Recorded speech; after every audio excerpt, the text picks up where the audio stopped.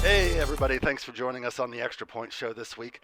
Unfortunately, first thing to get into this week is a little bit on the tragic end of the spectrum. Yeah, definitely on the tragic end. Yeah, this week we, the football world and life in general had a pretty huge loss, and that was the passing of former Raiders head coach and broadcast personality and all around football enthusiast John Madden. He had passed away on Tuesday, December the 28th, which was just a few days after his All Madden documentary came out on Christmas. Yeah, he was 85, I believe. Yeah, he had passed away on in his home, and he's survived by his wife Virginia and their two sons. I mean, really, just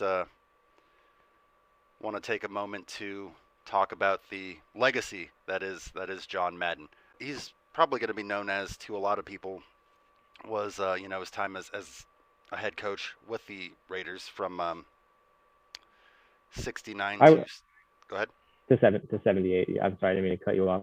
I would say with that, it would be more the older generation that remembers things like that. Because when I think of Madden, I always think of his commentary on games, and then obviously the video game, which we'll talk about later. But right.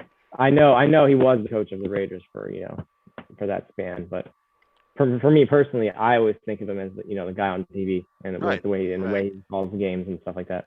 Yeah, and that was definitely my because I wasn't even alive in 78. Yeah, right. So right. yeah, but yeah, going back and you see on like the highlights the games that he was a part of, and those like legendary AFC Championship games with the Steelers. I mean, that he was coaching the Raiders in the game where that immaculate reception happened that you always hear about with Franco Harris, where the Steelers pulled off the 13-7 win. So Madden had coached the Raiders for 10 years, from 69 to 78. And he had amassed a really impressive record of 103, 32, and 7, which was about a 75% winning percentage. And he was 9-7 in the postseason. Put all that together between the postseason wins and the regular season wins, he was 112, 39, and 7. Wow, so he's got to be the greatest coaches of all time with a record like that, I would imagine. Absolutely. Yeah. And at the time when he was a coach, some of the things that he did accomplish, and we'll kind of talk about some of his accomplishments in each aspect of his life and his career. Because basically, you set out to maybe have like one Hall of Fame career, and he had like 3 Hall of Fame careers, just like one person, so that's pretty impressive. So yeah. Among his accomplishments were becoming the youngest head coach to ever reach 100 career wins. And he did that in just 10 seasons, which was super impressive. You got to figure that's averaging 10 wins a season. And back when he was coaching, games were only 14, or the season was only 14 games long, until until the 78 season. The 78 season was the only game, or the only season he coached 16 games, because that's when they changed it from 14 to 16. So yeah, so he had less games to work with, and you figure he's winning at least like 10 of those 14 games every year. Wow, yeah, that is really impressive. Yeah. And he'd done that by the age of 42. At this point, even modern day here in 2022 now, Madden is still the winningest coach in Raider football history, and he has the second best winning percentage in league history, and he's never had a losing season as a head coach, which I think is the most impressive thing. So second best in league history. Yeah. Second best winning percentage in league history. Winning percentage. So, yeah. Wow. Yeah. Yeah, and you got to think that at the time when he coached, obviously he wasn't coaching at the time of Belichick or, Pete Carroll or a lot of like the or Mike Tomlin, a lot of the elite coaches now. But he was coaching in an era with Tom Landry, the Dallas Cowboys coach, Don Shula, the guy that has the record for most wins in NFL history down in Miami with Dan Marino, Chuck Noll, who was the longtime Steelers coach, Bud Grant, longtime coach of the Vikings. So those are all notable, old time coaches that, and in that time, he was regarded as the best coach in that era. So that was pretty impressive. He after failing a couple times to advance past the Steelers in the AFC Championship, he finally did win a Super Bowl. He did win the Super Bowl, and I believe it was the. Let's see here. Honestly, don't know that much about his like coaching career and all of that. Yeah, I want to say I it was was. just Oh, go ahead. I was thinking of I just always think of him as as just the commentator and hear Yeah. his voice. But I didn't realize what a great coach he was. Yeah, Though. no, I mean He was, he definitely was. I mean there was it's a not that reason. surprising given his commentary and how well he really understood the game. But Yeah. Seeing the numbers like that, it's like, Yeah. wow, that really is Absolutely, fantastic. yeah. So it was a '76 season. I just wanted to make sure we had it right. So in 1976, Okay. the Raiders went 13-1 and won their first and only Super Bowl under John Madden. And then he retired after the '78 season, where even though they missed the playoffs, they were still a 9-7 team. So like I said, the guy never had a losing season, which there's so many head coaches out there that wish that that could be the case. But Yeah, absolutely. yeah. And yeah. So. But he retired in January 4th of 1979. He retired, citing an occupational burnout, and he also had an ulcer condition. And at that point, he transitioned into the broadcast booth and joined CBS, color commentator in 1979. And then it was in 2 years after that, in '81, where he got the legendary pairing with Pat Summerall. They're probably the most known broadcasting duo. John Madden, Pat Summerall. Obviously, later in his career, he worked with Al Michaels as well. But yeah, so they had worked together over the course of 20 years and between two networks as they eventually transitioned over to Fox. So they worked together at CBS, they worked together at Fox, and then after the 2002 season, Madden would join ABC's Monday Night Football, and he would start calling the Monday Night Football games from 2002 to 2005 with Al Michaels, and that's when their pairing started. And they called a lot of good games too. Yeah. I mean, I can still remember. That's when I start remembering more is around that time. So 2002, I would have been about 12, 11, around that. So I definitely Al Michaels and John Madden is what I can remember personally, at least. I will always remember a game that he called where it was Peyton Manning's greatest comeback, where the Colts were down like 35-7 to the Tampa Bay Buccaneers, and Peyton, like over the course of a quarter, led him back for like a 38-35 win, and that was a game that John Madden and Al Michaels were calling. So it was but yeah, I remember that. I remember he called the game that happened like right after Brett Favre's father had passed, and then Brett Favre went out and lit up the Raiders for like 400 yards and like 5 touchdowns. So he was definitely on the call for some memorable games. I went back and watched some of those calls, and definitely memorable. Also called the catch too, which was when Steve Young found Terrell Owens in the end zone to beat Green Bay in the divisional round. So that was a big one as well. But yeah, so after the 2005 or in 2005, it was announced that starting in 2006, Madden would provide color commentary for NBC's Sunday Night Football, and this also made him the first sportscaster ever to have worked on all four of the big four U.S. Broadcast networks: Fox, CBS, NBC, and ABC. So that was definitely pretty impressive, and another record that he set. He had also at one point had a record of 476 weekend games with a game called, which was super impressive. He called a game for 476 straight weeks. So that's pretty insane. Yeah. Yeah. I mean, holy crap. This guy, like, I mean, we talked about it before we started filming, but I mean, I don't know that anybody loved football as much as John Madden. I mean, I love football. You love football. Like, a lot of people love football, but I mean, like, he lived and breathed this game. Like, he's like, he's on another level. Like, absolutely. Yeah. I mean, how good of a coach that he was, how good his commentary was, the mark he's left on the game. Yeah. I mean, even getting people, like with the video game, people like that, Absolutely. that know, everybody, just people know that name, even if you don't even like football, that you probably know the name Madden at least. He's had a big impact, and you got to think how many people like he brought into football that weren't interested in football, that just because of like his like boom pow, whap, doink. You know, Right? like Yeah. just It was yeah. just, yeah, Yeah, super it's like entertaining. he's Like, just bringing them in, and then like there was always the Thanksgiving game where they had the turducken. yeah. The duck. It's a chicken inside a duck inside a turkey. It's Yeah, turducken. Yeah, that's it. and then the he's the one that started like that galloping gobbler for the player on Thanksgiving that Fox still does. So they still give out the and you know all the Thanksgiving games.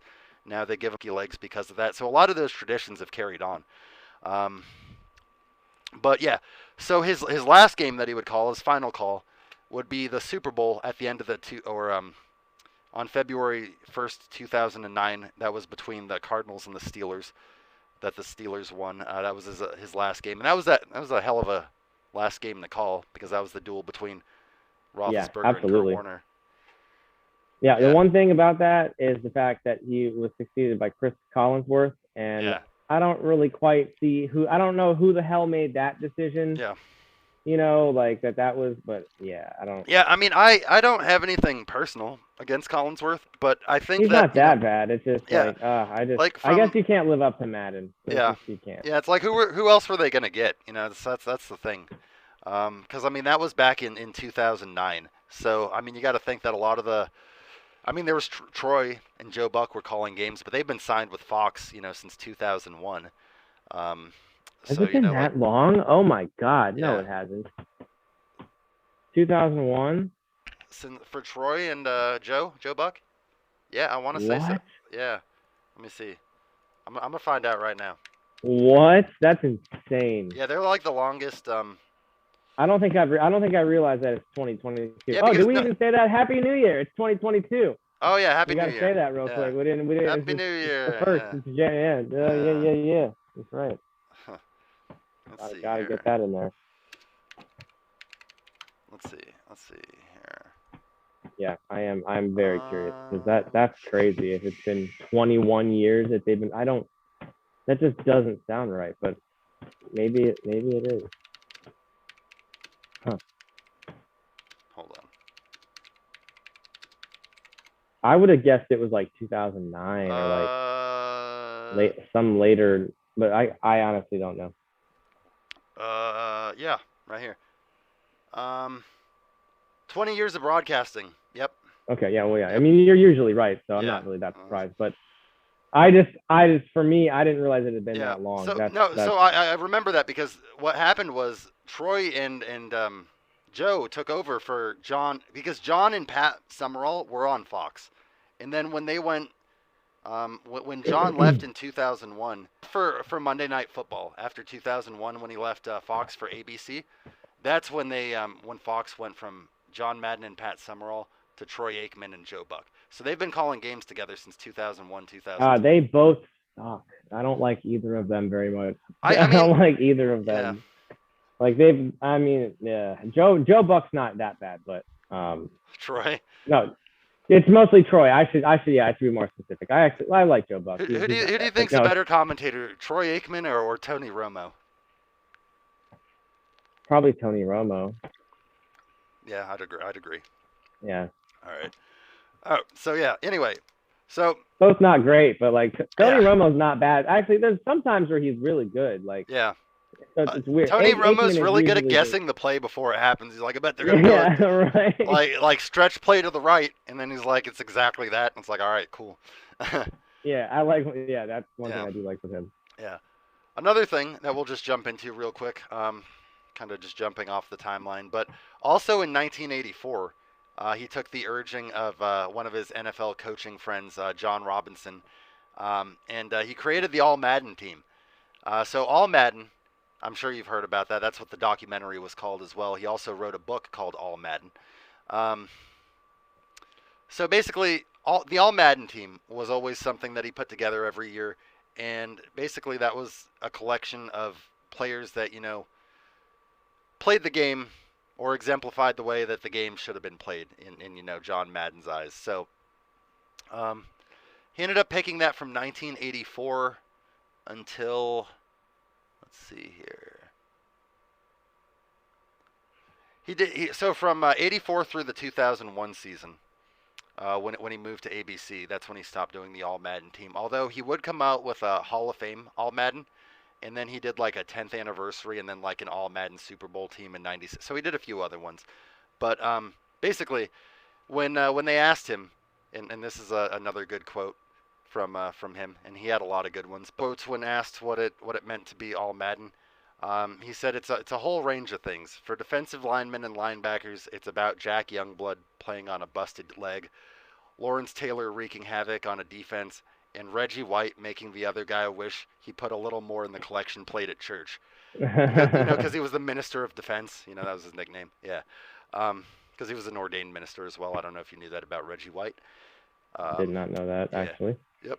And then it's about a guy who's got a dirty uniform, mud on his face, and grass in his ear hole. Grass in the ear hole of his helmet. So pretty much sums up, you definitely like that physical football. So. Yeah, absolutely. Yeah. It's the most entertaining to watch. Yeah, absolutely. And yeah, some of those calls, man, they were just, especially with some of those collisions, like when you get like the boom, it's like. Yeah, and his voice. That's why the next thing we'll talk about is the game, which I'm sure most of us like that game. If you like football, it's kind of hard not to like it. It's irritating at times, but it began in the late '80s, in 1988, when he lent his name, voice, and creative input to the John Madden football series, later called Madden NFL, published by EA Sports, as we all know, which, like I said, is kind of a love and hate thing because it's kind of shitty sometimes, but.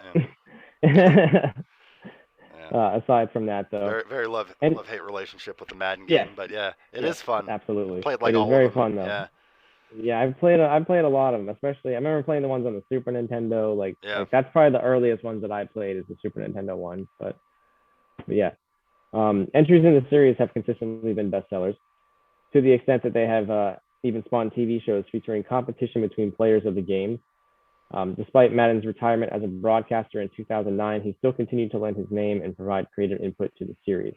Madden viewed the game as an educational tool, which I would definitely agree with on that, because the plays are completely real plays. So playing that, if you don't know much about football, even just playing the game itself, you're going to be able to see positions and see what's what and see what's happening. Not entirely, but it helps a lot when you're able to sit there. The thing that they did too was Madden actually brought in his Oakland Raider in the early Madden games. Those were actually real NFL playbooks that they used. Yeah, in the first ones and the late '80s. Yeah. Well, I mean they still do that now, obviously. But. Yeah. I mean, obviously, those his actual plays though, his actual plays probably. Yeah. Instead of nowadays, the game has a different team's playbook, but how much is that really the playbook? Exactly. Yeah, I don't know how many OCs are gonna expose. Oh, here you can just have my offensive playbook. Yeah. Right. Exactly. That just doesn't make any sense. Yeah. I sure wouldn't. Yeah. I could see Kyle being very it's like. I'm not giving you my playbook. I'm not doing that. You guys are crazy. That's not gonna happen. Let that end up in Pete Carroll's hands? Yeah, no thanks. No thanks. But yeah, so this was something that I looked up earlier too. Like you had mentioned, he said it was a good way for people to learn the game and participate in the game at a pretty sophisticated level. So yeah, with that being said, he wanted to design it originally. He thought it could be beneficial, to run plays against a computer and see how it would work for a coaching tool. So that teams wouldn't have to scrimmage. So I thought that was brilliant. That's the first, now when you hear all these teams that are doing all this new age stuff to be more analytical and things like that. I mean, it was really the first case of that. Yeah, I mean, he's definitely, especially in the late '80s, that computers were nothing at that point. So and he you're gonna run simulations on a computer in 1989, bro. I don't think you want to try that. But and he knew nothing about computers, so that's why the relationship with Trip Hawkins, EA's founder in '84 was so crucial, because Hawkins wanted to really make a football game, and he had tried to make a previous one in his career, and it was terrible. It was called Statomatic or something. It was terrible. So he knew nothing about football. So he wanted to get somebody that really had the insight, and Madden ended up being his second or third choice. I guess he wanted Joe Montana at one point, but Montana really. Yeah. So that would have been interesting. It could have been Montana. Could have been the game instead of Madden. Oh my God. I mean, I love Joe, but I think that they made the right choice getting Madden. Because what are they Yeah, going to do? I agree. Put Joe Montana's voice on the game? Joe Montana's calling all the games? I don't see that. But I mean, he probably could. He sounds like I've heard some yeah, no, videos of him narrating. Like yeah, no, Joe's I super. think, He's a super intelligent guy. I'm not saying that. It's just like he's not a but commentator. He's not He's not a Madden though. Yeah, commentator. Yeah. yeah. Like Joe will do an interview every now and then, but he's like Steve Young is a commentator. He does like the NFL, like, but Joe just shows up for a random interview here and there, and he's, But yeah, another thing too was when they were pitching this whole game, I guess they were trying to design it as like 7-on-7 football, and Madden like instantly shut that down. And we got a quote from him, another quote that's if it's not 11-on-11, it's not real football. That was a deal breaker. If it was going to be me and going to be pro football, it had to have 22 guys on the screen.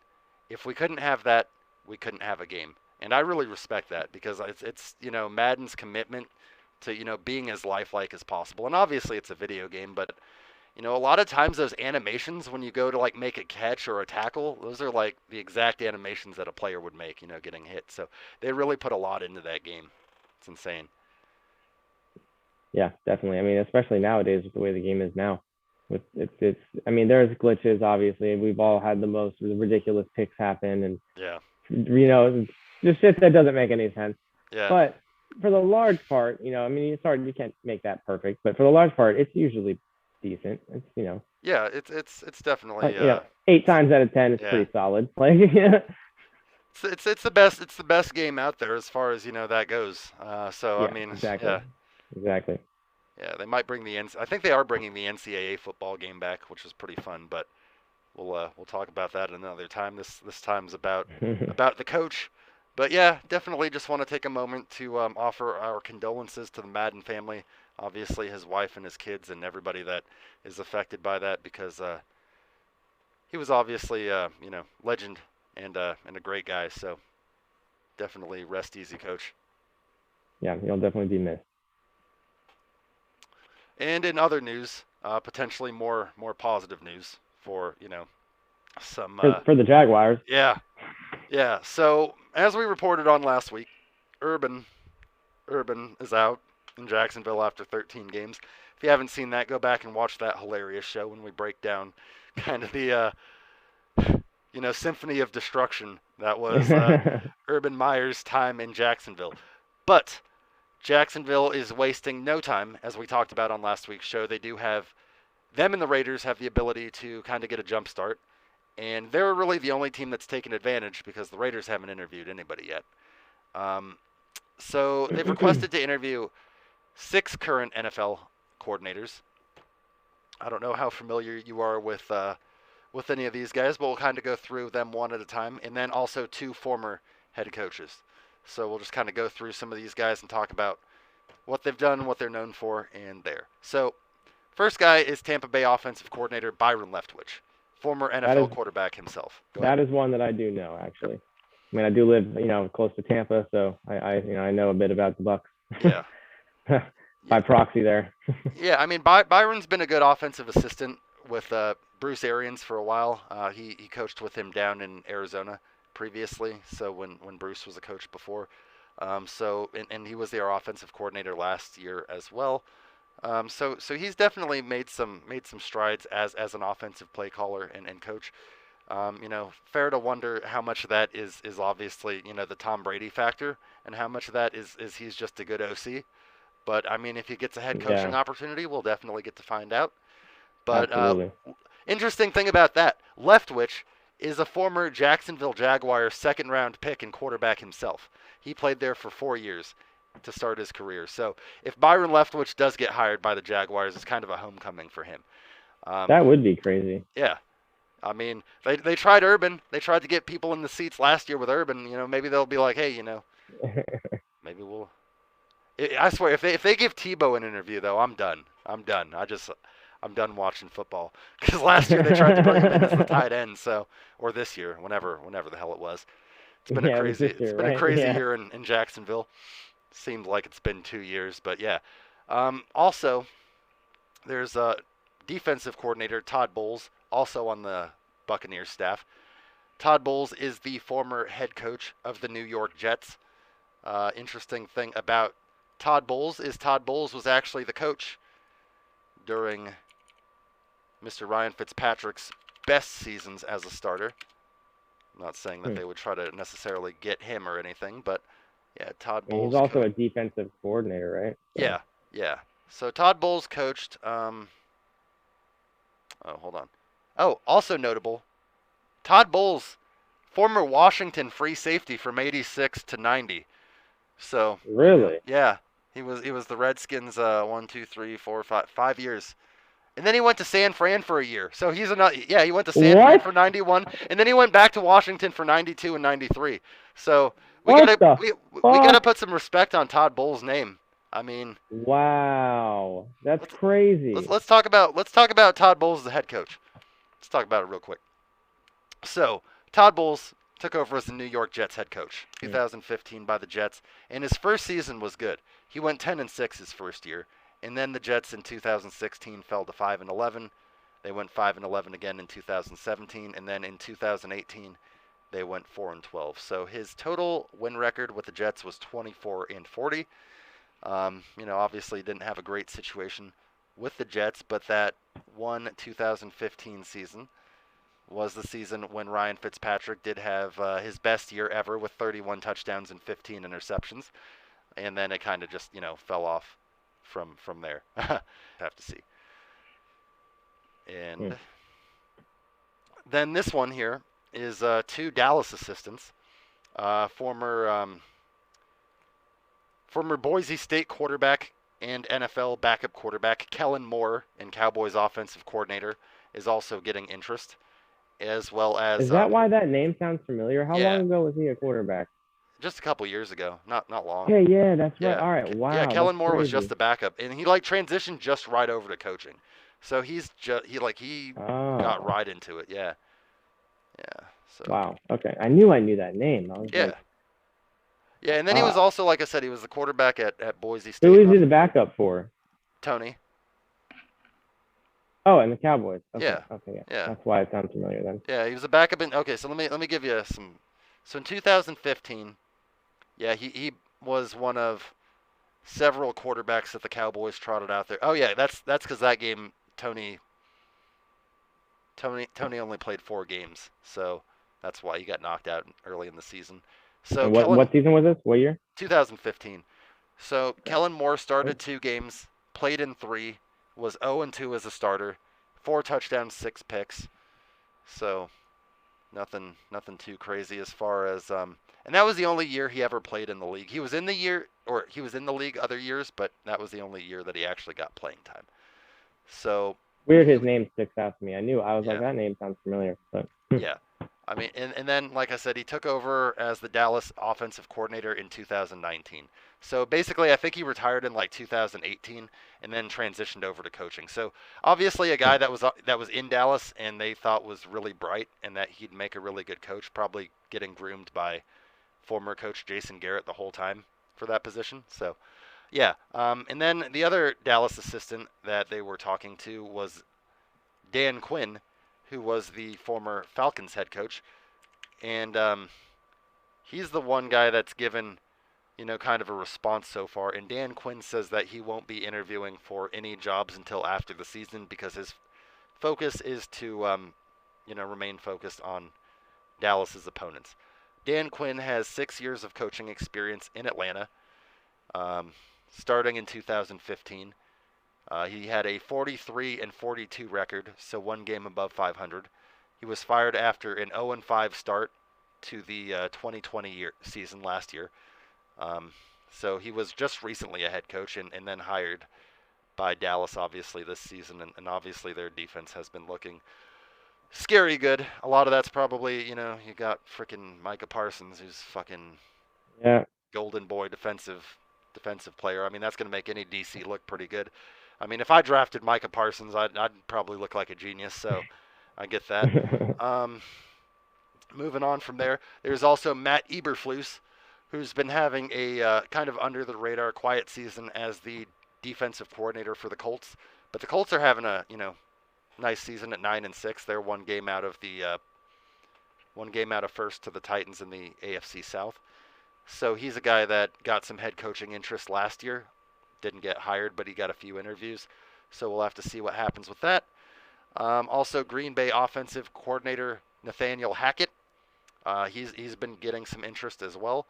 I don't know how much Hackett actually does in the Green Bay offense because I know a lot of that gets run by Matt LaFleur. No, so that's interesting. I mean, I haven't followed Nathaniel Hackett's career too much, so I would think that he would kind of be like a dark horse candidate, but he's probably just getting interview consideration because Green Bay is having an insane year offensively. But I mean, the Aaron Rodgers factor will do that. That's probably who they'll pick up then. The guy, some yeah, the guy that makes the least sense. Yeah. Yeah, it's that's what we need. He's gonna be our new Urban Meyer. Sometimes teams what they do, dude, and like I don't agree with this at all. Like they'll go with the guy that gave the best interview. I was like, okay, well that's cool. Like that's what you do probably for a regular job. Like if you're gonna hire a guy like at the fucking Costco, probably hire the guy that gave the best fucking interview. But if you're gonna hire a head coach, some of these NFL guys, like Kyle Shanahan, probably is like antisocial as fuck.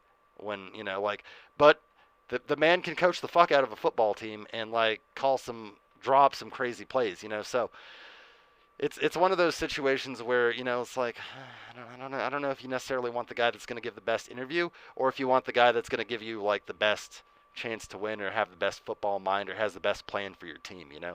Yeah, like plus the interview, unless the interview consists of like deep football questions where you can actually tell what he knows and what he doesn't. But I would imagine, I mean, I don't know what the hell goes into an interview like that. And that's the question. Like, who's asking these questions in these interviews? These owners that really don't know much about football. I was like, I mean, I don't know that I'd like if Dan Snyder was interviewing somebody for a football coach position. Like, I wouldn't really count on a whole lot of like what Snyder's line of questioning would be. Yeah, definitely. Probably be like, do you like cheerleaders and can you come to work on time? That's. Yeah. Do you have an email account? Just kidding. Fucking too soon. Oh God. Anyway, yeah. Moving on. So, those are all the coordinators. They've also requested to interview Doug Peterson, former Eagles head coach and Super Bowl winner in the 2018 season. Doug Peterson, who I've heard Doug Peterson, and you'll respect this, but heard Doug Peterson did the smart thing. He took a year off of coaching after getting fired from Philadelphia last year. And Doug Peterson basically, he didn't join as some fucking offensive coordinator somewhere like Jason Garrett did. He just took a year off and chilled. And apparently took 3 strokes off his golf game, which was very impressive. Very impressive, Coach Peterson. Wow. Let's give it up for that because that's not easy to do. So Doug Peterson's been really focusing on what's important. So, he definitely has gotten consideration as well. And then Jim Caldwell, who was unceremoniously fired by the Lions and was like the last coach that the Lions made the playoffs with because they didn't think that he was like. Basically, let me break it down for you here. Jim Caldwell, who had previously coached with the Colts, he's been a coach 2 different times. And I mean his first ever year in coaching, 2009, he led the Indianapolis Colts to a 14-2 season, and then his second year with the Colts, 10-6, and then Peyton Manning got hurt. So then in 2011 they were 2-14, and then he got fired. Oh my God! But that's the drop off without Peyton Manning, So it's like he got fired. So he was 26-22 with the Colts, so still a winning record. Those 2 good seasons, carried him over the hump. Pretty weird that he went 14-2 and then 2-14. Yeah, that is really weird. And then what a coincidence there. Yeah. So he got fired in 2011. Then he was an offensive coordinator for the Baltimore Ravens for 2 years, 2012 and 2013. Then he got another chance to be an NFL head coach with the Lions, and in 2014, actually led the Lions to an 11-5 record and a playoff berth. Which that's the last time the Lions have. Well, no, that wasn't. The following season with the Lions in 2015, he went 7-9. And then in 2016, he went 9-7 and again got into the playoffs as a wild card team. So 2016 was the Lions' last playoff berth. 2017, they again went 9-7, which is again a winning record, and they fired him. So Jim Hmm. Caldwell was 36-28 with the Lions. So overall, this guy in 7 years as a head coach has a record of 62-50, and he's been fired twice. Um, so the Lions thought they could do Wow. better after that 9-7 season. Then they hired Matt Patricia. You know how that went. Yeah, that went terribly. I don't Fired know Matt what the fuck they Patricia. were thinking. Then they hired Dan Quinn, and or it's fucking Dan. We were just talking about Dan Quinn. Dan Dan Campbell. Campbell. Exactly. Good job. I was testing you. Good job knowing. Motor City motherfucking Dan Campbell, who's probably one of my favorite head coaches in the league. He's got 2 wins now, so congrats, coach. Um, keep, keep getting those wins in there. Um, but yeah, so like the Lions have gotten nowhere near that level of success since firing Jim Caldwell. So of those 8 names listed, I think Caldwell is probably the most deserving head coach candidate. Well, actually, Peterson has the Yeah. Super Bowl, so it'd be hard to.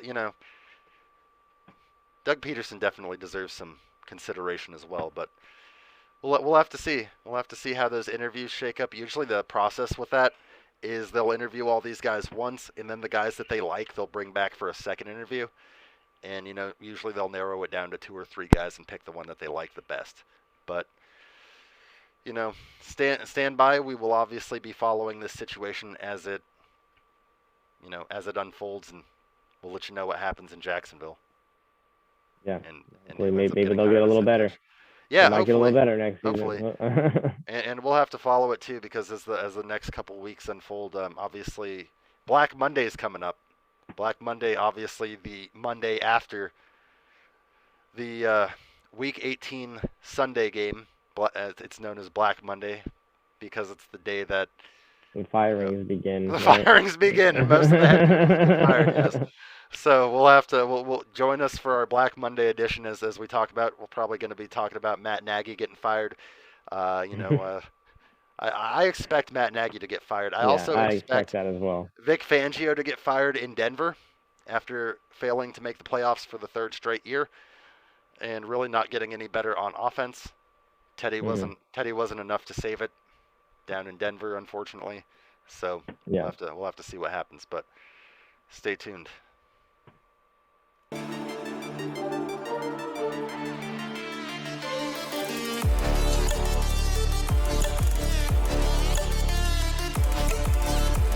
And we're just going to go through real quick and talk about the Week 15 games and kind of which teams are still in the playoff hunt. So just to go over those real quick. The start of Week 15 began with the Chiefs and Chargers, with Kansas City picking up a 34-28 win over the Chargers. That brought the Chiefs up to 10-4 and keeps them in first place in the AFC West. The Chargers dropped to 8-6, so they're still alive in the playoffs, but obviously 2 games back from Kansas City now. That game was won. It did go to overtime, and Travis Kelce would end up catching a 34-yard touchdown pass in overtime for the game winner. Also in the AFC playoffs, the Colts would knock off New England, which would drop the Patriots down to 9-5, and the Colts would improve to 8-6 on a 27-17 victory. Jonathan Taylor had a rushing touchdown, which would bring him a rushing touchdown in 11 straight games, which is the 3rd longest single-season streak since 1950. So Jonathan Taylor just continues to lead the league in rushing and just tear it up. So he's definitely, it's probably going to be a quarterback race for the MVP, but he's definitely giving himself consideration for that MVP race there. In the NFC, Dallas pretty easily dispatched of the Giants in a 21-6 victory. It was Mike Glennon getting the start for the Giants again, with Daniel Jones being out. Also saw a little bit of Jake Fromm in that game, and the Giants' offense continues to be probably the worst in the league. That loss would drop them down to 4-10. And the win would advance Dallas to 10-4. So Dallas definitely has a pretty sizable lead now in the NFC East. Houston picked up a 30-16 victory over the Jacksonville Jaguars. So not a battle of two underachieving teams, but Jacksonville, 2 weeks now without Urban Meyer, still continuing to struggle on offense with Darrell Bevell, the interim head coach. Houston picking up their third win, going to 3-11 on the season. Jacksonville falling to 2-12, and currently right now, the Jaguars, if the season ended today, would currently have the first round pick, or the first overall pick, which if that holds true, they would have that for the second consecutive year, because they obviously picked first last year, and that's when they got Trevor Lawrence. Also, the Steelers picking up a 19-13 win over the Titans. That would improve the Steelers to 7-6-1, keeping their slight playoff chances alive, and the Titans would fall to 9-5. So the Titans, after the loss that we mentioned earlier for the Colts, or I'm sorry, the win for the Colts. So the Colts beat the Patriots. So the Colts are actually 8-6 now. The Titans are 9-5. So Colts are within one game in the AFC South. So that's pretty much a two-team race there. So we're gonna have to see who wins the South. Also, another AFC game. The Dolphins would pick up a 31-24 victory over the Jets. That would give Miami their sixth straight win. So Miami has been, lately one of the hottest teams in football, despite a 1-7 start. They've been rolling now at 7-7, and the Jets are 3-11. And with the craziest upset of the week, as the Cardinals continue to fall, the Detroit Lions would pick up their second win of the season in a 30-12 win over the Cardinals. Definitely the biggest upset and shocker of the week. The Lions improved to 2-11-1 after that, and the Cardinals would drop down to 2-4, or I'm sorry, to 10-4. So the Cardinals, who have been in first place in the NFC West all season long, have continued to come out the last couple weeks and play pretty flat football. So we'll have to see what happens, and if they can turn it around, or because the Rams are coming. The Rams are hot on their trail, so we'll have to see what happens with that. And the Buffalo Bills picking up a 31-14 win over the Carolina Panthers. That win would advance the Bills to 8-6. The Panthers fall to 5-9. In Buffalo's 8 wins this season, they have won by 15 or more points, at least 15 points in all 8 wins. So they either lose competitive games or win by pretty sizable blowout. But they would pick up a 31-14 victory over the Panthers.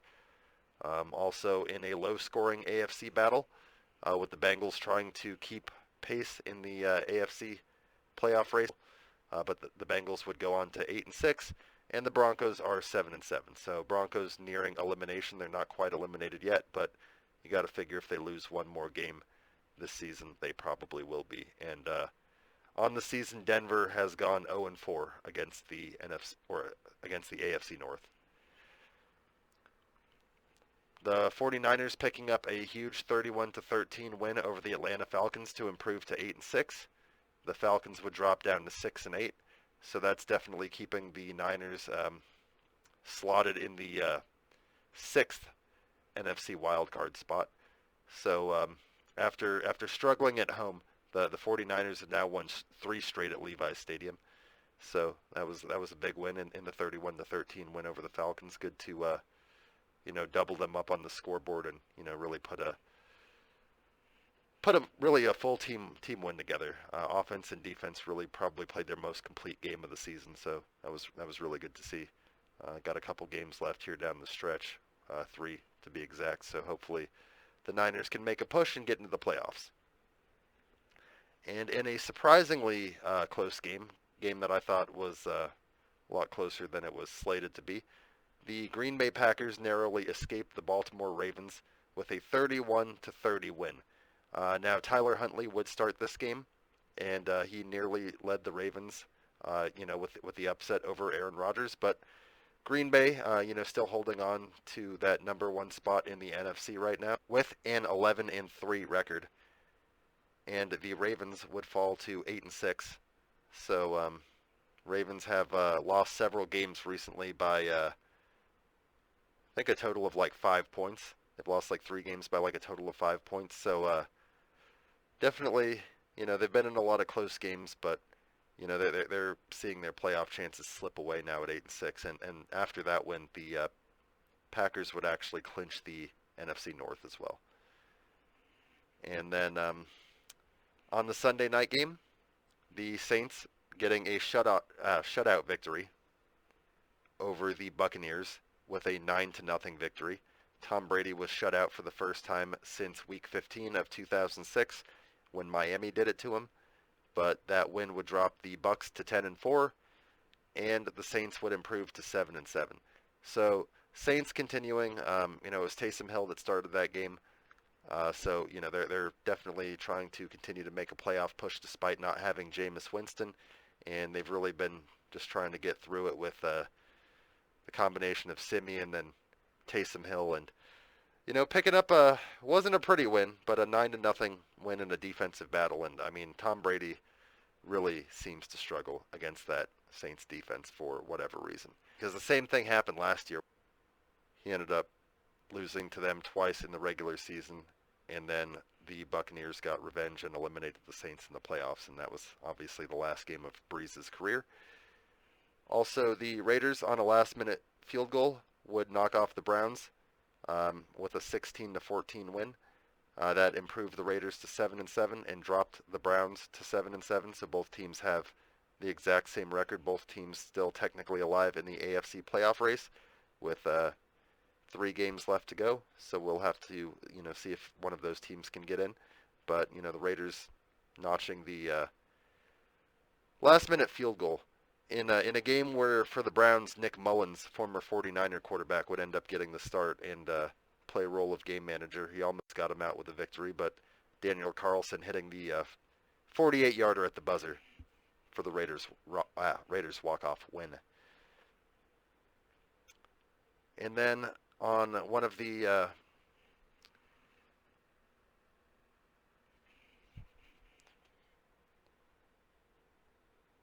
And then the Vikings would end up defeating the Bears in a pretty sloppy game. The Vikings picking up a 17-9 win in a game where Minnesota had 61 net passing yards, which was the fewest passing yards in a win since Week 7 of 2012. So Kirk Cousins, not his best game, but he does manage to get the Vikings to 7-7, and they're still alive in the NFC wildcard hunt. So they're one of the teams that the Niners and Saints and Washington and all those teams are playing with for those last 2 remaining wild card spots. The Bears would fall to 4-10. Not a surprise there as they continue to struggle and probably get steps closer to their head coaching change at the end of the season. The Rams would end up beating the Seahawks 20-10.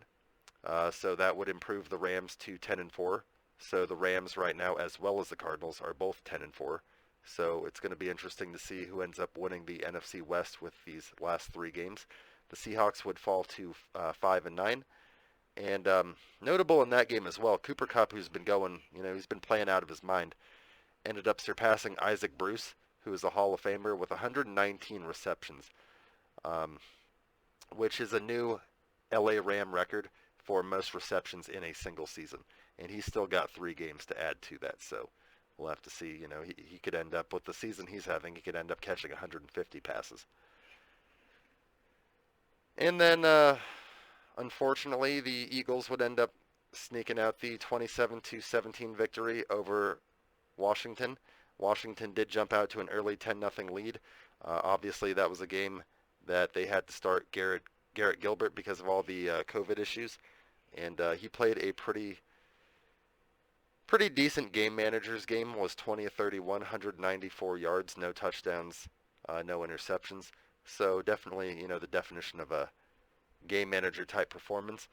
But that loss did improve the Eagles to 7-7 and drop Washington to 6-8. Washington still not eliminated. They've still got a chance. in the playoff hunt. So do the Eagles, obviously. Also notable in that game, Jalen Hurts did score 2 rushing touchdowns, which is a new Eagle single season record. He broke the previous record held by Michael Vick in 2010, which was 9. And Jalen Hurts now has 10 on the season with 3 games remaining. So we'll have to see how that goes. But that does it for the Week 15 action. Just wanted to go over those games, kind of let you know what teams are still alive in the playoff hunt and who's not. And yeah, stay tuned next week, and we'll do the same. What's up, everyone? Welcome to this week's Redskins Rundown. I'm going to call it COVID week because we had over 30 players out. I think it was something like 22 had COVID, and then we had like eight players injured. So going into this game, I don't think anyone expected to win. We just picked up Garrett Gilbert, like 2 days before that, or I don't know how many, couple days before that. I think he had maybe like 2 practices or something like that. The guy had been in town for a cup of coffee, and that was basically it. And obviously they were hoping that by Tuesday, with the game being moved, that either Kyle Allen or Taylor Heineke could be cleared for this game. Yeah. Now, unfortunately, that wasn't the case. So yeah, trotting Garrett Gilbert out there with his 2 practices. Yeah, but I don't think he was like the biggest issue as far as like why they lost. No, not at all. He like you were saying before, he did have a decent game, I guess you could call it. I mean, game manager game terrible. For sure. It was a game manager game for sure. He made some decent throws and but like given how the team was just entirely decimated, no one expected anything to look that great. No. There really wasn't a lot of positives in there. I mean, going to a quick positive I can think of offhand, we'll cover later also, but Jarrett Patterson got his first NFL touchdown. So that was like one of the one things I remember being like, sweet. Congrats to lifelong Redskins fan Jarrett Patterson getting in. Exactly. Yeah, it's good energy. So yeah, the score at 27-17 makes it sound better than it looked watching it, but Washington got the first possession to start the game, which usually isn't good for us. It's usually better for us to get the second half kickoff. So I just don't like to see that when a game starts and we get the first possession. It's like, ugh. But it did start off really good with a 19-yard scream to Gibson, but however, the drive would stall out after 6 plays and Washington would end up punting. So 3 and out on the first drive, although, not that surprising given the state of the team. On the Eagles' opening drive, facing a 3rd and 1, Jalen Hurts targeted tight end Dallas Goedert in the flat, but the ball was dropped. However, it bounced off his heel. That was crazy. Of Landon That was the craziest shit I've seen. For the interception of the season, one of the most insane interceptions. Because even the announcers had no idea. Nobody had any idea. Yeah, no one. Because they're like, what are the referees looking at here? And like Bobby McCain, like you have to watch the mic'd up. I don't know if you saw that. I did see that. But Bobby McCain's like, challenge it. It went off his foot. It went off his foot. Yeah. So like, Bobby McCain knows what's up. So yeah, that was actually one of the other positive moments, like real positive moments, I'd say, because that was cool just to see something like that. Even the guy who dropped the ball, I don't know if he noticed like that it hit his foot. Yeah, he probably did, but yeah, that was crazy. Yeah. And we would actually score after this, after an 8-play, 26-yard drive, capped off with a 1-yard Gibson rushing touchdown, his 6th of the season, to put us ahead 7-0. So taking a turn there, I wasn't expecting. Obviously it didn't end great in the end, but still looking good with a 7-0 at the moment. Yeah, and also that was the 3rd Washington's touchdown in the first quarter this season, so only the 3rd one. So like you said, it's not the best to start with the ball, so because you guys have had issues scoring early in the games, but good to see you guys get in early and score a touchdown there. Definitely. Oh yeah, because I remember when we didn't have any and we got the first one. I'm not sure how many was a couple weeks ago, but we didn't have much scoring in the first quarter. Absolutely. On the Eagles' next drive, they would take the ball all the way into the red zone and down to the Washington 16-yard line. However, Montez Sweat would come up with a huge sack fumble, which would be recovered by Landon Collins. Yep. Landon Collins was just playing outside of his mind right now. And moving him to linebacker was like the best thing ever. Now he's earning that money now. Like sacks, interceptions, he's recovering fumbles, he's doing it all now. Seems like every week he's making a play now. And Montez Sweat getting back there. First game that he's played in since Halloween, so almost 2 months. Good to see him back on the field. He had the jaw injury and then, the COVID. So good for him to get back out there. Yeah, glad to see him back out there and making an impact again. And then 2 of Washington's 3 sacks on the day would occur on that drive, with Rotimi getting his first career sack earlier in the drive. So Bunmi Rotimi, the rookie defensive lineman, coming in. I don't know if I'm saying his name right, but I'm not even sure. Hopefully, but Rotimi getting the first sack of the game. So I guess that was a positive for one of the young guys as well. Yep, definitely. That is always good to see. I forgot about that. Yeah, whenever a rookie gets their first something, that's always good. Yeah, good to see always that. Notable. Washington would take over on their own 47-yard line, and on the opening play of the drive, took a deep shot for Terry McLaurin for a gain of 46 yards, which was probably the best pass of the day, or definitely one of them. Glad to see Terry getting some love. There's a couple games where and I mean, what's weird about that is he was only, again, his targets have been low in all the recent games. It seems he's only targeted 4 times in this game. He ended up catching one other pass in this game for 6 yards, so he had 2 catches for 51 yards on 4 targets. So a little bit more usage than the last couple of weeks, but not a lot. So hopefully, with Heineke getting back, we can get him more involved and get him his 1,000-yard season that he so desperately deserves. Absolutely, yeah. I don't know why they haven't been targeting him as much.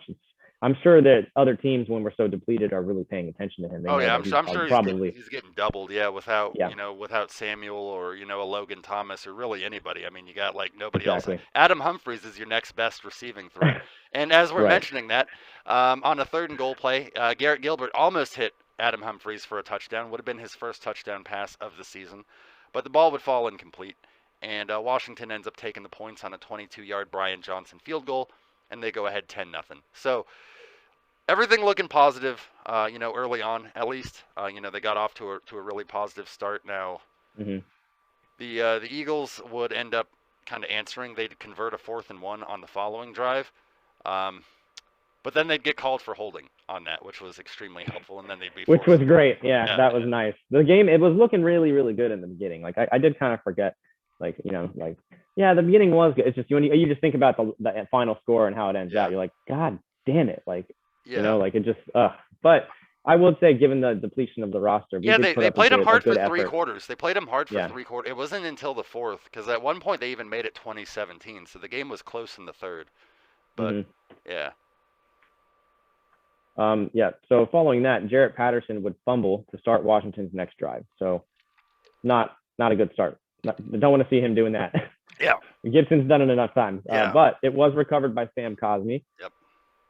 Good job. He would be replaced by Jonathan Williams on the next play. Exactly. So Jonathan Williams would come in. He did. And that seems to be, we're talking about that a lot. You fumble in the NFL. A lot of times you're going to get your ass sat on the pine. So that does sometimes happen. Then on the following drive, Hurts connects with Goddard, who Goddard had a career high day. It was insane. Hurts connects with Goddard on a deep shot in double coverage for a gain of 45. Eagles managed to get it all the way inside the Washington 5, but on a 3rd and goal, looking for Devonta Smith, their rookie wide receiver, they end up having an incomplete pass, and they end up having to add a field goal, which from Jake Elliott, the Eagles kicker, to make the game 10-3. So Washington was still up by 7 at that point. Yeah, and Washington could not get the run game going. Gibson was tackled for a loss on 3rd down and 6 with 6 minutes left, and Washington would have to punt again.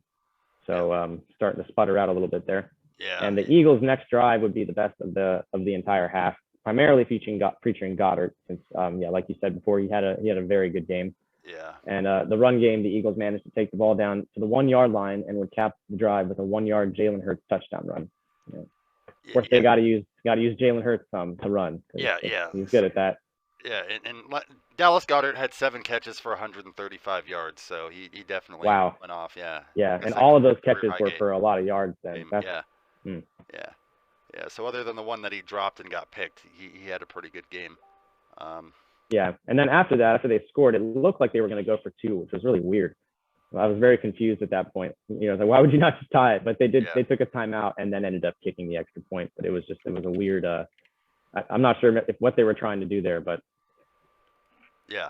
So after that, they would kick the ball off to us with 1 minute 29 on the clock. DeAndre Carter had a really good kick almost to midfield, but Washington would be called for holding.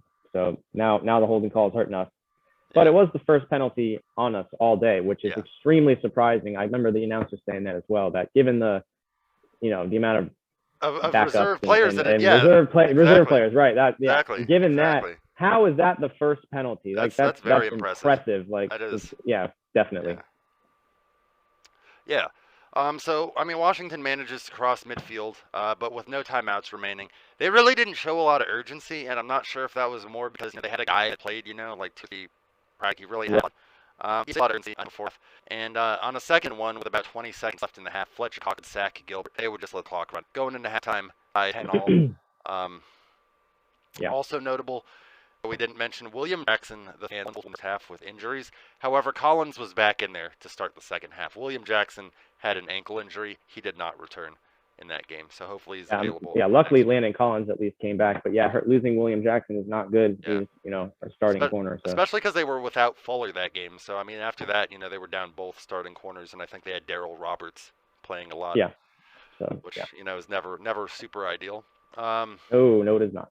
Yeah.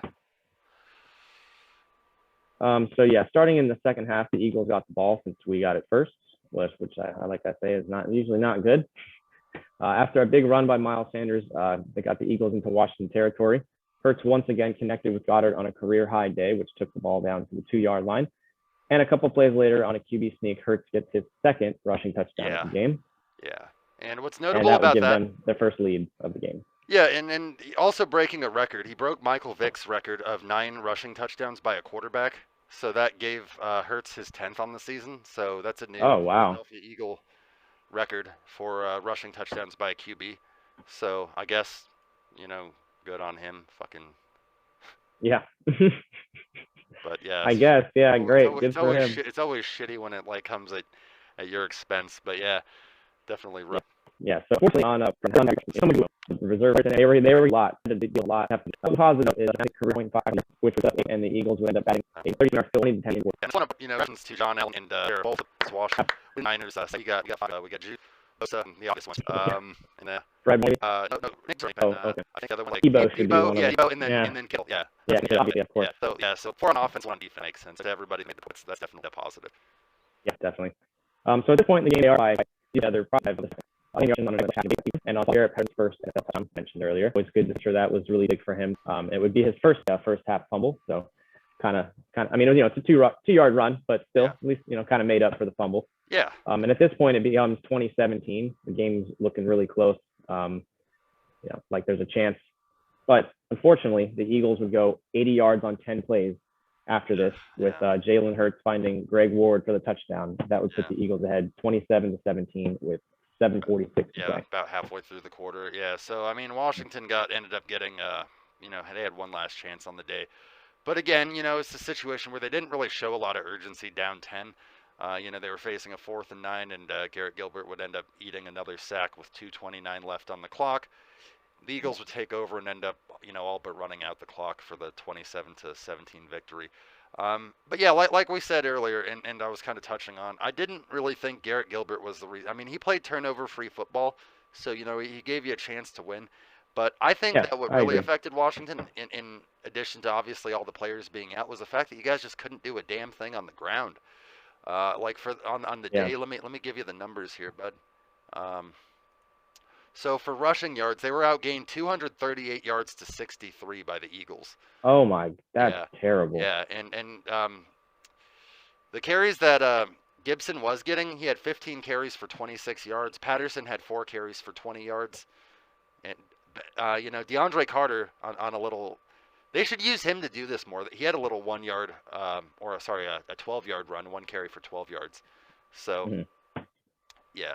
Top receiver was McLaurin with a 2 for 51. Gibson did catch 6 passes for 39 yards, so he was useful as a receiver. Just, it seemed like get the run game going. It seemed like 2 out of 3 times that they were handing him the ball, he was tackled for either no gain or a loss in that game. And I know he's got the toe injury, so that could be playing a factor. But yeah, I mean, just wasn't effective. And he's coming up on 1,000 yards, so hopefully he can manage to get that, and Terry can too. But We'll have to see. Yeah. It's Dallas week again next week. So yeah, hopefully we're more healthy by that time. Yeah. And I mean, given their record and they're looking pretty good, I think that I expect them to win that game. But you never know. Anything can happen. We'll see. Maybe we'll have Heineke back by then, hopefully. So hopefully. We'll see how it goes. But I mean, the season's looking rough at this point with the COVID and the injuries. I mean, I don't know. It's getting hard. But we will see how it goes. Yeah. Yeah, it is getting rough, like you said, and that's the frustrating thing, because I mean, like I know I've discussed with you, you guys are getting to that point where we were at last year, where the teams just, and it wasn't really, I mean, some of it was COVID. We had some COVID cases last year, but I mean, the team was just so depleted that you get to a point where it's like, oh man, how the hell are you going to make this competitive? Like, exactly. What are you going to do? What are you going to do? But like I said, there's still things to be positive about. I mean, still got a chance. You guys are still mathematically alive in the playoff race, and games like this can give you a chance to really see who's going to be there. Like Jarrett Patterson, these are opportunities for him to earn a roster spot for next year. So like guys like Rotimi, so guys like that, at the bottom of the roster really just have a chance to show out. So tune in next week and we'll see how it goes. All right. Thanks, everybody. Yep. Have a good night.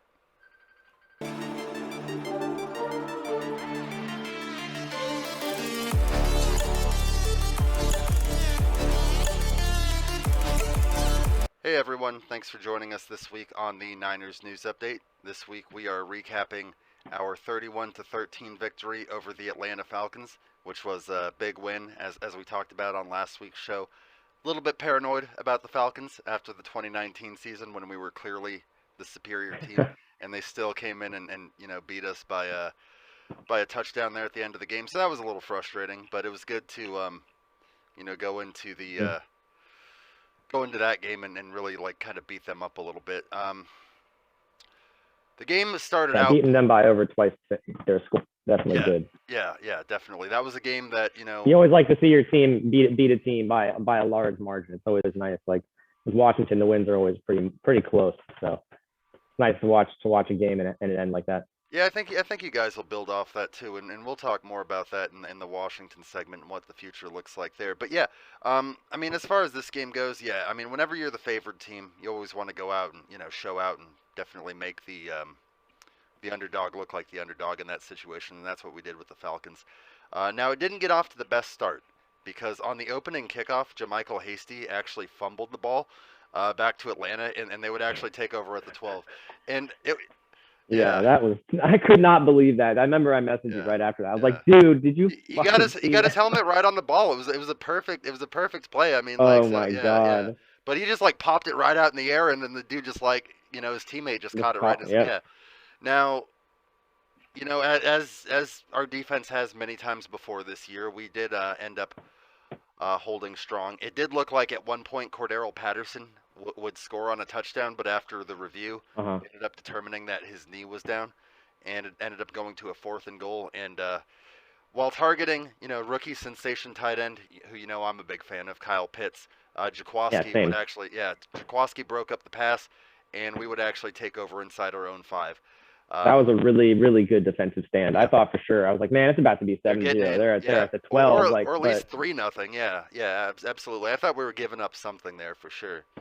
But yeah, so I mean, we take over inside the 5, but we would go 3 and out. The Niners couldn't get much going inside their own 5-yard line, so we ended up punting the ball back. Atlanta gets the ball, I think, at their own or at our 45. So their first 2 drives start in Niner territory.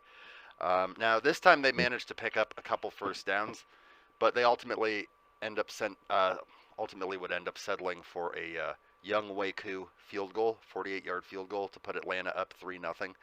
It's funny because, for the longest time, I thought his name was Young Hoku, but it's Young Waku. But it's it looks like Young Hoku. So I was like, all right, well, whatever. Okay, see, I was gonna say because I thought it was the other way. But it's Young Wei. Yeah. Got the verification on that.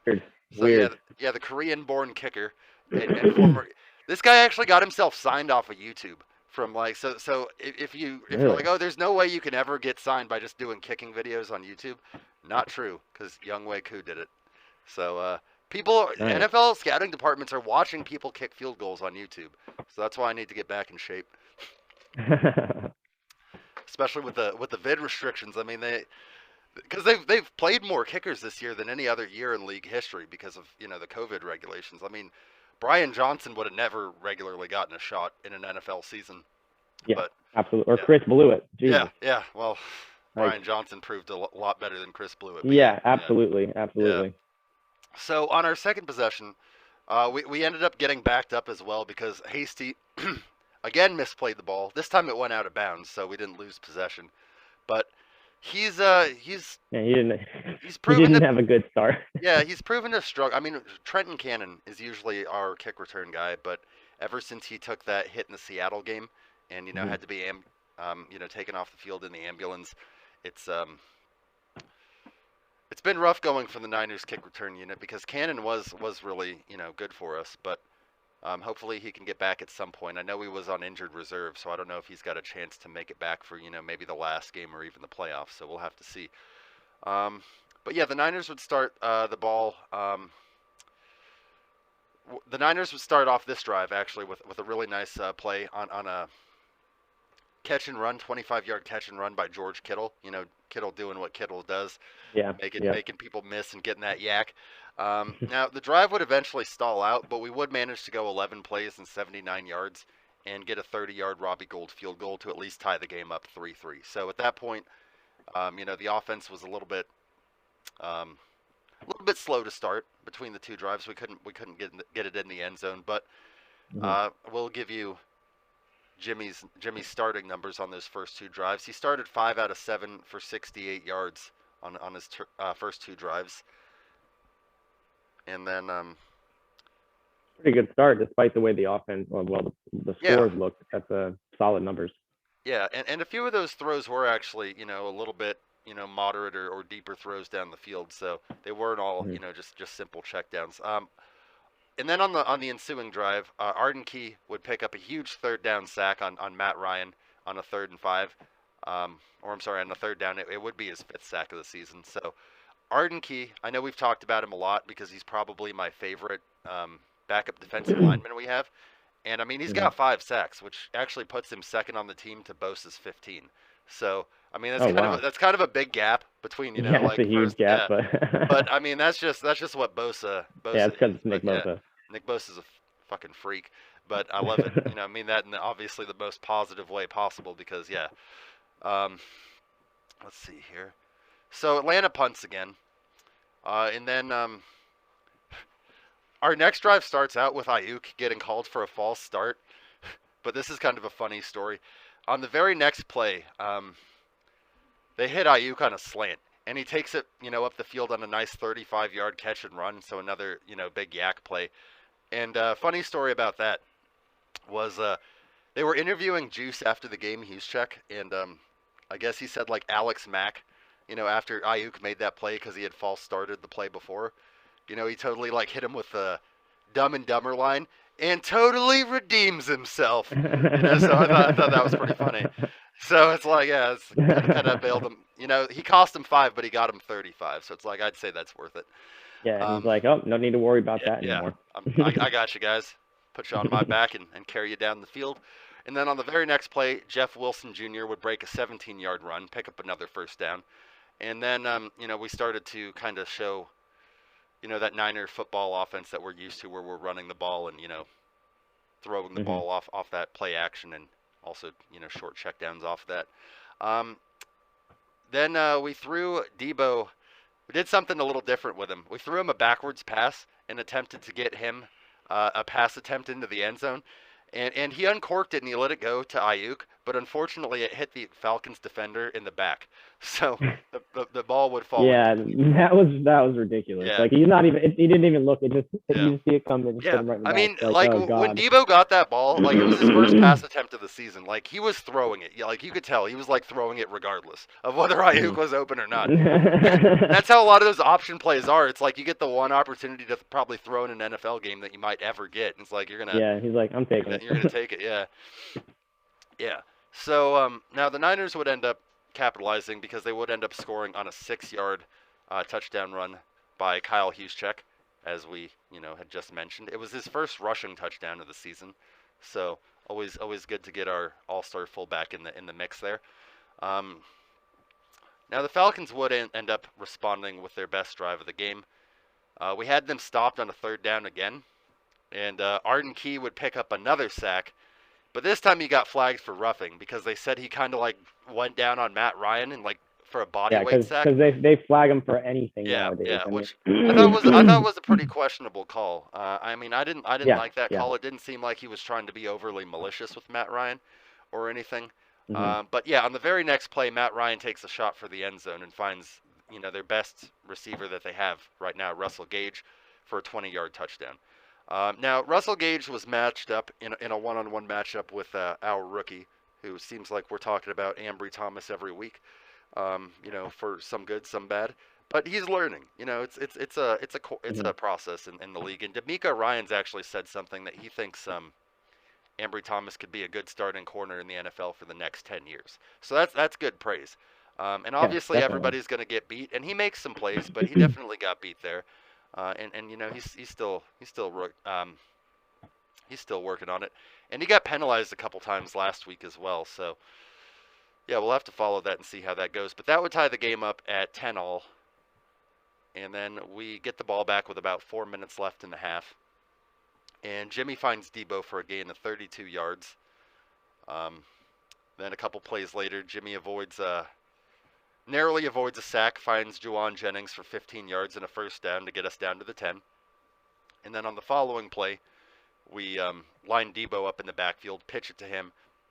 And then Debo would go on to score his 7th rushing touchdown of the season, which is just increasing his record, which is his own. He's just breaking his own record at this point for most rushing touchdowns. That's going to be a hard one to beat for any other receiver. Yeah, ever. Yeah. So the Niners are most teams just don't do that much.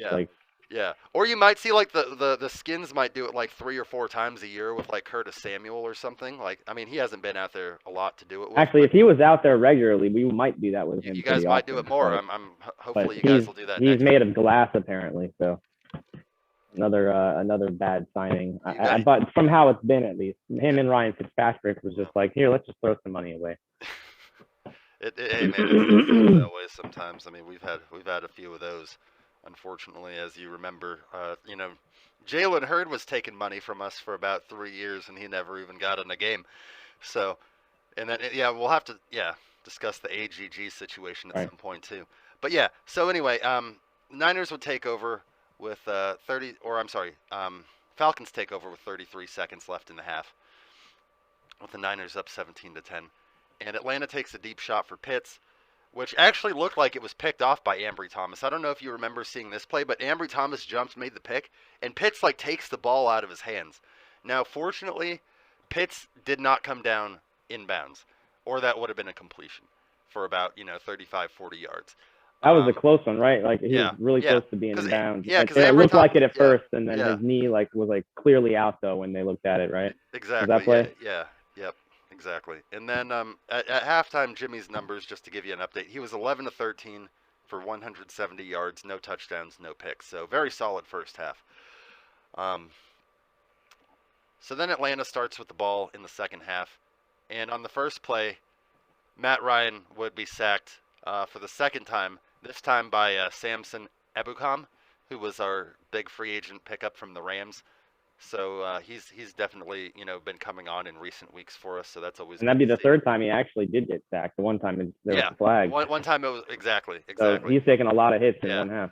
And then here's going to be another one. 2 plays after that on a 3rd and 8, another big third down sack. Nick Bosa coming for his 15th of the season.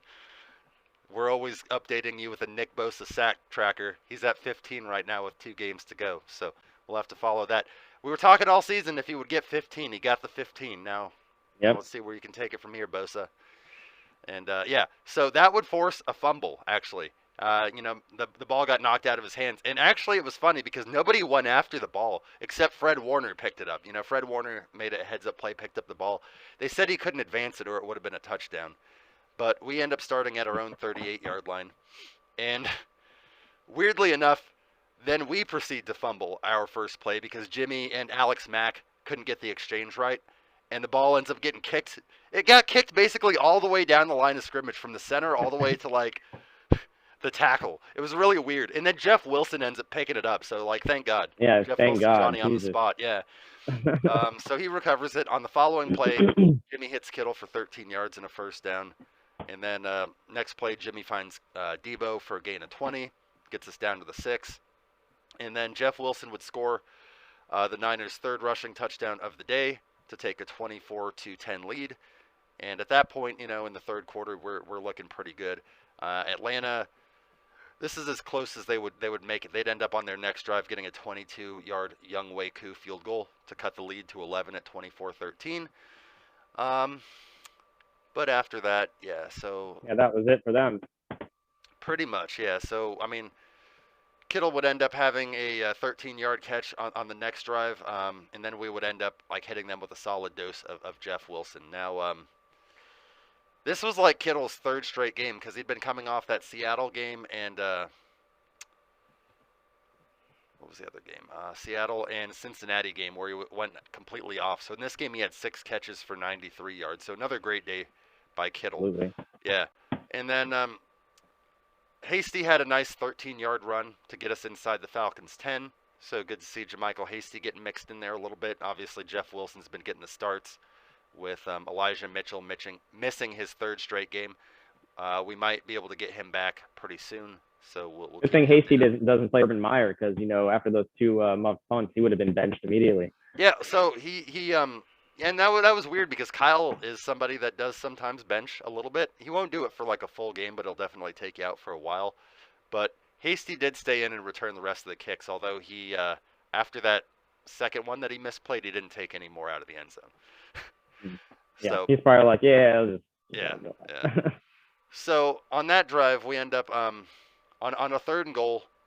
Jimmy connects with Juwan Jennings on a 4-yard catch, which was I believe that's Juwan Jennings' 3rd touchdown catch of the season. So as we're always talking about as well, seems like we're talking about the same guys weekly that step up. It's a lot of Juwan Jennings, a lot of Nick Bosa, a lot of Arden Key.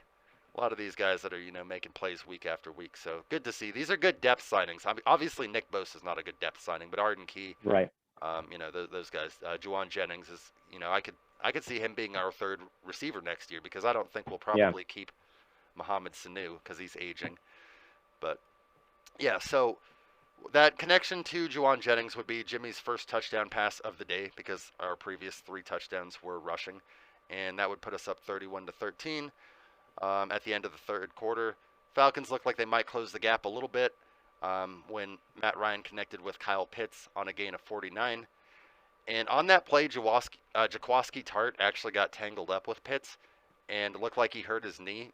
However, luckily he was able to come back in 2 plays later. He was replaced by Wilson, our backup safety, but he ended up coming back in 2 or 3 plays later. So that's good because Jaquaski has a history of injuries, so good to see him. Yeah, I think he's played in 12 games this season, so that's the most games he's played in a long time. So knock on wood that continues.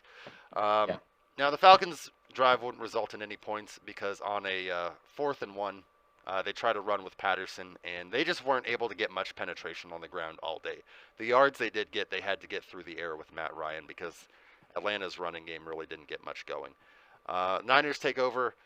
We would go 3 and out on our next drive, and one of the few times in that game that we would actually have to punt. I mean, I think on the day,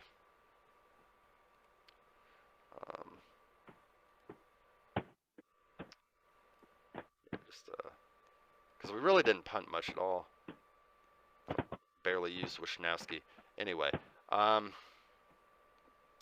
In the first one, I'm not sure, but yeah, maybe a second. No, I think let's see. Here it is. No, they punted 4 times, but I guess I didn't. Wow, yeah, okay. it was more than I thought. But either way, we still got the win. So Atlanta moves 45 yards all the way down to the Niners' 2-yard line on the next drive. But for the second time in the game, the Niners would come up with a huge goal line stand on 4th and goal, and Matt Ryan would overthrow backup receiver Christian Blake in the back of the end zone. So we take over with 5:08 to play and backed up at their 2-yard line. Jeff Wilson breaks a 16-yard run on the game's opening play, so that kind of got us some breathing room to operate. Niners would run the clock down to 29 seconds before we had to punt it back. Okay, so there's a second punt right there that we've mentioned. I guess there were two more mixed in there somewhere. Atlanta would replace Matt Ryan on the final play with Felipe Franks, who just basically that's their backup, and he goes in and runs a little bit of the wildcat or read option I've stuff. never actually heard his name before. Yeah. I did not know that. Yeah, so he goes in there for the last play, just hands it off, and that's ball game basically. Niners improved to 8-6 after that with a 31-13 win.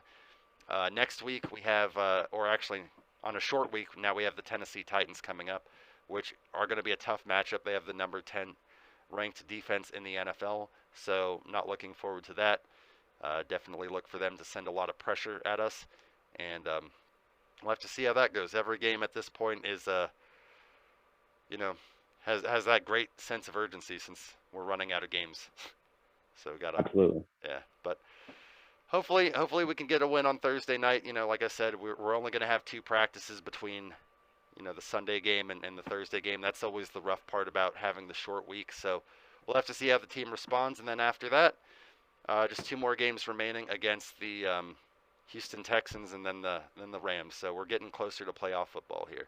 So join us next week, and we'll recap that Thursday night game and let you know what happened. Go Niners.